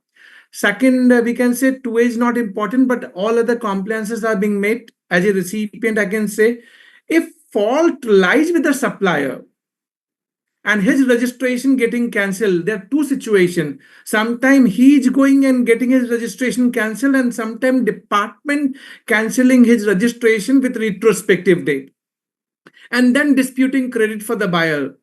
So there are lot many things which is happening, and we have to find answer to the specific factual position. I can only say that the silver lining for recipient would be, if you have satisfied the condition and you can prove the burden of proof which is lies on you, if we can prove that we are bona fide buyer and we have made all compliances, default lies with the supplier only, then we can litigate the matter and defend ourselves. That would be my crisp answer, sir. Sir, Bimal sir, whether your answer will change if buyer, the supplier is not vanished, he is in existence, but his financial condition is not permitting him to pay. And he is there, he is running his business, but his financial condition is not supporting him, so he is not paid the taxes. Then So whether my situation will change? See, definitely, sir, if he's available and he's not able to pay the liability which he's supposed to pay, and as per GST law, a supplier's obligation to pay the liability under section 73 non-fraud, under section 74 fraud cases. Just because he has not paid up the amount and you will come back demand reversal from me. And for this reversal also, one provision I'm recalling, that section 41 subsection 2, which is effective from 1st October 2022. So reversal by the recipient for non-payment of taxes by the supplier is made effective only from 1st October 2022, read with Rule 37A. So when provision is prospective, made effective from 1st October 2022 for recipient to reverse credit for non-payment of taxes by the supplier, then quite obvious I can argue in the court of law, Lordship, this reversal, which is prospective provision coming from 1st October 2022, reversal by recipient. For the past period, you can't demand reversal from me. You have to go back to the supplier and tell him to pay the liability to the government department. Had it, I know that you will agree with me, sir. For the past period, department is going to the recipient and demanding reversal. My only answer to all of you would be, which you will agree with me, if reversal provision was existing for the prior period, why then they brought 41 subsection 2 from 1st October 2022? Meaning thereby prior to that, this provision was not there. So for all such fault where supplier liable to pay, they will pay up the liability. They can't demand reversal from the buyer. Of course, from 1st October 2022, part of the CGST Act, effective from 1st October 2022, which I'm saying, of course, department can say we can demand reversal because of non-payment by the supplier. Thank you, Bimalji. You can take the next question. It is an interesting one. Yeah. I think it is, if you file appeal for interest for the period 2017-18, can we get relief? I am also looking for the answer to this particular. Sir, you also know the answer, but today, being we are the speaker, that's the reason you're passing on the ball to us. Otherwise, you're also learned one, and you know all the answers to this. But I really must, respect your positioning that being a speaker, you're posting to us. See, when you look at this 53rd GST Council meeting recommendation, what they are saying, no interest and penalty for the three financial years 17, 18, 18, 19, and 19, 20. If demand amount is being paid by 31st March 2025, then they will not ask for any interest or penalty. That is what they are talking about, excluding erroneous refund. They are not saying about interest. They are saying only you pay up the demand amount, means tax component. I will not ask interest and penalty, and that too only at the so-called notice level. Now, a lot of taxpayers are coming back and saying, and which you will agree, sir, and this is matter of concern for all of us together. Compliant taxpayer versus non-compliant taxpayer. To non-compliant taxpayer, you are giving relief of no interest, no penalty. If we pay up the demand amount by 31st March 2025, what about the fellow who has paid interest also, who may have paid 10% penalty because they are picking up only Section 73? Penalty also. You are not giving any relief to them. And there may be a case that this case may have gone up. This is a case of 73, let's assume hypothetically, and has gone to appellate authority. Now he want to pay up the liability. As per recommendation, they are only talking about when it is pending before adjudication authority and he has not passed the order. This is what looks like to me as of now. Notification will say further what level they are perceiving the same. Third point which is coming out, which Gaurav Bhai has picked up in the beginning, why only 73? Why not 74? And 74, by default, department in all the cases, by default, they come back and invoke 74, irrespective of fact whether there is a fraud or not. Their own circular, I will say instruction number 5/2023. It was pertaining to, GST on supply of manpower. And in that particular instruction, they have clearly said that departments should not be and mechanically should not invoke Section 74 and making fraud cases. If everything which is coming out from my own return, and you're finding certain non-compliances from the return only, how come it would be a case of fraud case? And they are invoking Section 74. And in that instruction, they are relying Fiat India Limited Supreme Court judgment. And they're saying that some similarity cannot be taken as a basis to invoke Section 74. Maybe one subject matter can differentiate one factual position to another factual position. But this question which is being asked pertaining to interest only, it is only when notification come out, but to my mind, that is what recommendation is not saying. But of course, as a taxpayer, we all are looking for the benefit, advantage. Of course, they want to come with the amnesty, which is amnesty looks like to the non-compliant taxpayer. Give them a full. Why it is half-hearted?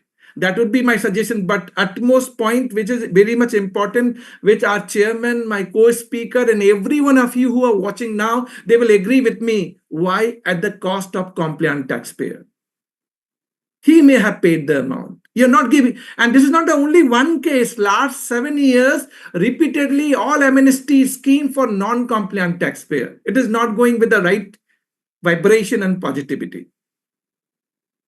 Sir, whatever I always say in response to this, I always say whatever government has collected is already spent. So if people start asking refund, from where they will pay? So that's why they are not. Sir, you're so generous to the government, but please look at the PT situation of a taxpayer.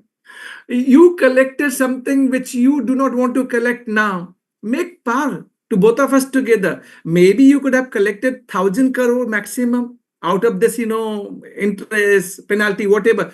First of all, such amnesty which comes, there should be some basis, factual basis, that what is being waived off, so that we get a clarity and how much you collected, so that we can get the realistic viewpoint. What we see amnesty coming in with no backup. Now you must have heard one news, Sushil sir.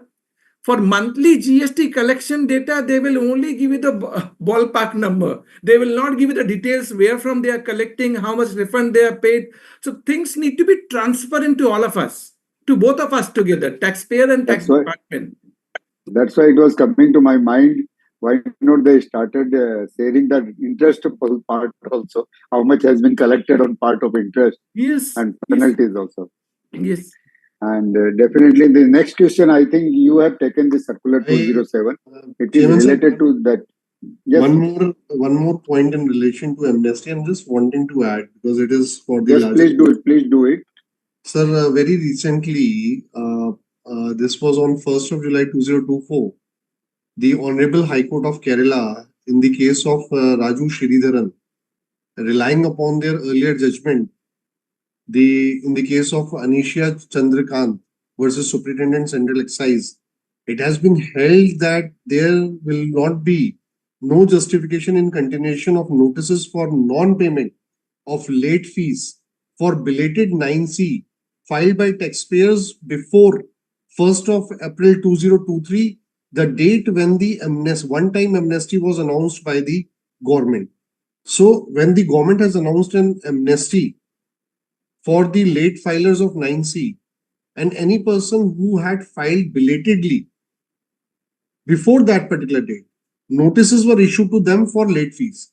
The Honorable High Court says when there is a date where the benefit has been given to the non-filers or late filers, that particular benefit will apply to all the filers before that.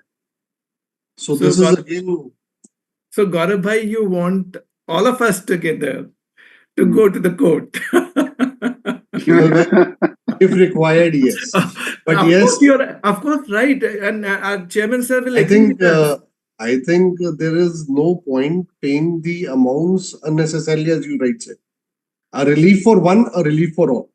But the GST, but one thing I've Gaurav learned, bhai, and Yes, sir. Gaurav bhai, there is a situation is different. One is not to pursue the demand. Another is the paid, whether it will be refunded. Sir, refund to आपने क्या दिया? This is already said. It is written on the wall, the amount is spent, so no point discussing the refund. But yes, any taxpayers who are in litigation, so what Bimal bhai has just said, I'm just extending that further. Please keep your hopes live, even if you are in litigation, even if notification does not speak so. The benefit reading this particular judgment is still alive for you. So with this, I conclude, sir. Sushil sir, if you allow me 1 minute more, Yes, you are allowed, because but we you're will making close it on time. you're making it interesting. That's the reason I'm touching base. GST mein one thing I've learned, that you should not give up. You should pursue your litigation. If you pursue the litigation, there the chances either amnesty will come or some relief will come. But in case you have given the amount, then they will come with a disclaimer, no refund would be given to you. Even without authority of law, they have collected from us. So look at 16 subsection 4. You know, Sushil sir, 16 subsection 4, we filed SLP in the Supreme Court. And just I'm telling you just again, because I'm just extending, maybe 15 days before, I was preempting, because from 21-22, they have changed 16-4, made 30th November. Then we got Trade Link Kerala High Court judgment. No, I was preempting that they're working on 16 subsection 4. That's the region they're keeping mum. And look at 4 financial year they've picked up: 17, 18, 18, 19, 19, 20, and 2021. Because 21-22, 30th November was applicable. And they said if you have availed the credit in 3B till 30th November 21, you will get the credit. So meaning thereby pursuing litigation is an advantage. That is what I'm finding in GST law. Now you are the one who's saying to go to court, huh? नहीं, basically Bimal ji marketing for all three. It is not so that he is marketing for his own only. It's marketing for all the professionals only. Thank you, Bimalji. But this question is basically raise my eyebrow that how the people are understanding the circular 207. Yes. Basically, it is saying, so what can be taxpayer, what can taxpayer, so what can do taxpayer if amount of DRC 07 is less than the amount as mentioned in circular 207? If I amount hope is, you get the question. Sushil bhai, No, then I got this question after reading 5 times. So let me explain. Basically, this gentleman want to know if DRC 07 is demanding say 25,000 only. So as if this 25,000 is less than the amount mentioned in circular 207, whether we should pay or we should keep silent about it, or we should go for up note. DRC says. see, if amount is such a meager amount, which he's referring to, and threshold fixed up before GST 80 And for in the question it is not mentioned, but I have just maybe I'm taking your question and mentioned trying to that. answer it. Trying to answer it. If it is less than 20 lakh for GST 80, if it is not in exclusion, then quite obvious they are not going to file any appeal. So what we discussed, even we were discussing when we started, for 16.4 recommendation is there, but we are either pending before adjudication authority or appeal at authority. Somebody posted a question to me, sir, should I file appeal? Because section 16 subsection 4 and time period is expiring. I said, bhaiya, you file appeal. You quote section 16 subsection 4 recommendation, so that tomorrow it not turn out to be that you did not file appeal within the time bound manner, hence your appeal got rejected. So do the execution part, and again when this things get notified, becomes operative, then quite obvious he will get the relief if it is less than threshold amount.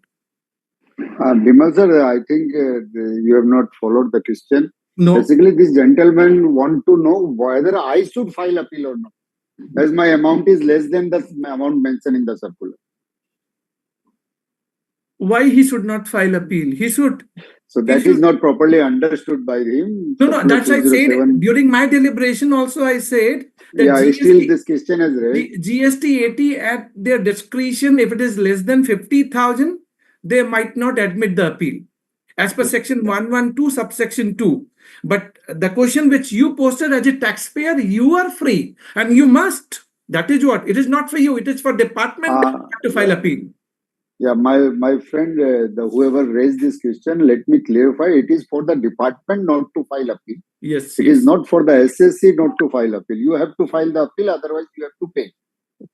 But if suppose the judgment is coming in your favor in appeal, not in the DRC 07, if APL 04 is coming for your support, and then the department will not file appeal. That is the basically circular 207 is clarifying. Rightly so said. I think anybody want to speak? A very detailed question is coming. That is what is cross charge? A one-line question. Somebody has asked, what is cross charge? So do you want to touch upon this? Gaurav bhai, I wish I'm requesting, since the question is in one line, maximum you can speak 5 lines, and so we can close that. Sure, sir. I think this is one of the toughest tasks given to me. I'll very briefly see, sir. The second question, Chairman sir, is also related to, I think, the same circular 199 when they're speaking to. But let me, what is cross charge? Sir, there are many costs which are common costs for many of the branches and units of a particular company, but is incurred, is being used at a particular head office, corporate office, or a bigger regional or zonal office. And that particular office is not the only beneficiary of those particular costs. So, for example, I am taking all my legal and my tax consultancy at the corporate level, but the implication flows to all my branches. Same is the case with the banking company. The invoice for the CBS, central banking system, comes at a corporate level. So the charges are being charged at a corporate level, but the beneficiary will also be enjoyed by the Kerala branch, which is using the cash or the check deposit facility, withdrawal facility, etc. So these particular costs, which are not for a specific unit, But for all the units, not if all, then many of the units, more than one, that particular cost need to be attributed to that particular branches. This is cross charge. Last line to close. Cross charge is different from ISD and supply of services between the branches. So please do keep that in mind, and with the amendment in terms of ISD being mandatory in the coming days. So please do keep these things in mind before applying cross charge. But sir, very tough to explain cross charge within this time. I can take an entire session of 2 hours for cross charge. Please, sir. Chairman, the question was very small. Question was very small. Bimalji will also appreciate it. And whatever you have just done, it is justified your stand. We appreciate both without asking Bimalji.